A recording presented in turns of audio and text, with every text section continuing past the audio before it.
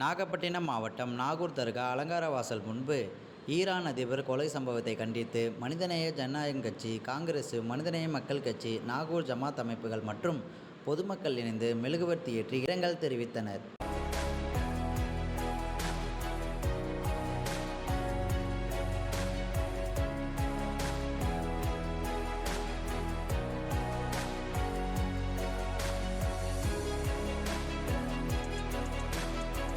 இந்த நிகழ்வில் ஈரான் நாட்டின் தலைவராக பணியாற்றிய இப்ராஹிம் ரைசி அவர்களின் உருவப்படம் ஏந்தப்பட்டு அவருக்கு மரியாதை செலுத்தப்பட்டது.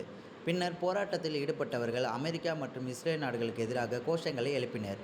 மேலும் போராட்டத்தின் ஒரு பகுதியாக இஸ்ரேல் நாட்டின் கொடியை எரித்து எதிர்ப்பு தெரிவித்த இஸ்லாமியர்கள் நாட்டு அதிபரின் உருவப்படத்தை எரித்து தங்களுடைய எதிர்ப்பை தெரிவித்ததால் அங்கு சிறிது நேரம் பரபரப்பு ஏற்பட்டது.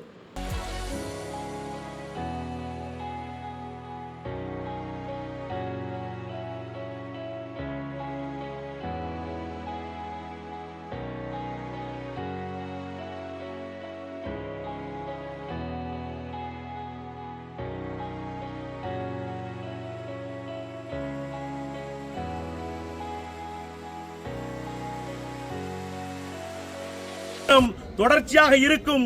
நான் மறைந்தாலும் என்னுடைய கொள்கை, என்னுடைய செயல்பாடு இன்னொரு மூலியமாக இருக்கும் என்று சொல்லி ஆதிபத்தியம் எங்கெல்லாம் மக்கள் மீது யாரெல்லாம் அடக்குமுறைகளை ஏவுகிறார்களோ, யாரெல்லாம் மக்களுடைய உரிமைகளுக்கு எதிராக இருக்கிறார்களோ, யாரெல்லாம் இந்த சமூக அறிந்தவர்களை தாய் இல்லத்தோடு அரவணைத்த பாலஸ்தீனியர்களுடைய இடத்தை ஆக்கிரமித்து இன்று ஒட்டுமொத்த பாலஸ்தீனமும் எனக்கு என்று சொல்லி மக்களை அப்புறப்படுத்துவதற்கு அங்கு அவர்களை கொலை செய்து அவர்கள் மீது குண்டு தாக்குதல்களை வீசி எப்படியாவது அந்த இடத்தை ஆக்கிரமிக்க வேண்டும் என்ற ஒரு கொடிய சிந்தனையில் அதிபர் நிற்கிறார்.